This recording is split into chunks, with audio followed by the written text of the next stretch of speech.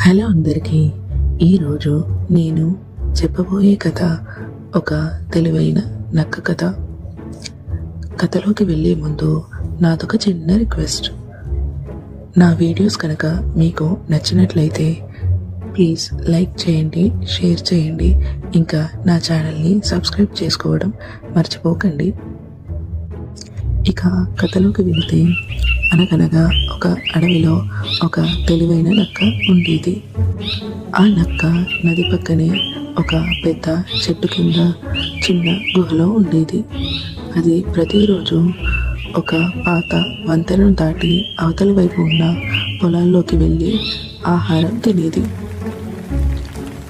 అనుకోకుండా ఒకరోజు భారీ వర్షం కురిసింది. ఆ నది మొత్తం ఉప్పొంగిపోయి ఆ పాత వంతెన తెగిపోయింది. నక్క దగ్గరికి వెళ్ళి చూసేసరికి వంతెన విరిగిపోయి ఉంది. అయ్యయ్యో, ఇప్పుడు ఎలా అని కాసేపు ఆలోచించడం ప్రారంభించింది. వెంటనే దానికి ఒక ఆలోచన వచ్చింది.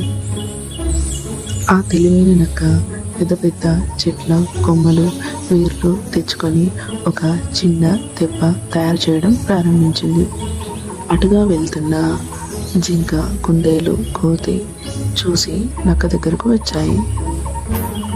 వెంటనే ఇవి కూడా నక్కకు సహాయం చేయడం ప్రారంభించాయి.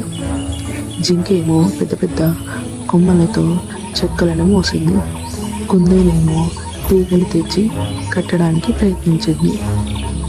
కోతి తన చేతులతో తాడులని బలంగా కట్టింది. నక్క వాటిని సమంగా అమర్చి ఒక తెప్పలా తయారు చేసింది. అందరూ కలిసి ఆ తెప్పని నీటిలోకి తోశారు. ఒక్కొక్కరు జాగ్రత్తగా దానిపైకి ఎక్కారు. మెల్లిగా నెమ్మదిగా తోసుకుంటూ నదికి అవతలి వైపు ఉన్న తీరానికి సురక్షితంగా చేరుకున్నారు. అప్పుడు నక్క సంతోషంగా ఇలా అంది, ఇదంతా మీతోటే సాధ్యమైంది, మీ వల్లనే అని చెప్పింది. వెంటనే జింక నవ్వుతూ, ఇదంతా మనమందరం కలిసికట్టుగా చేస్తే సాధ్యమైంది అని అంది.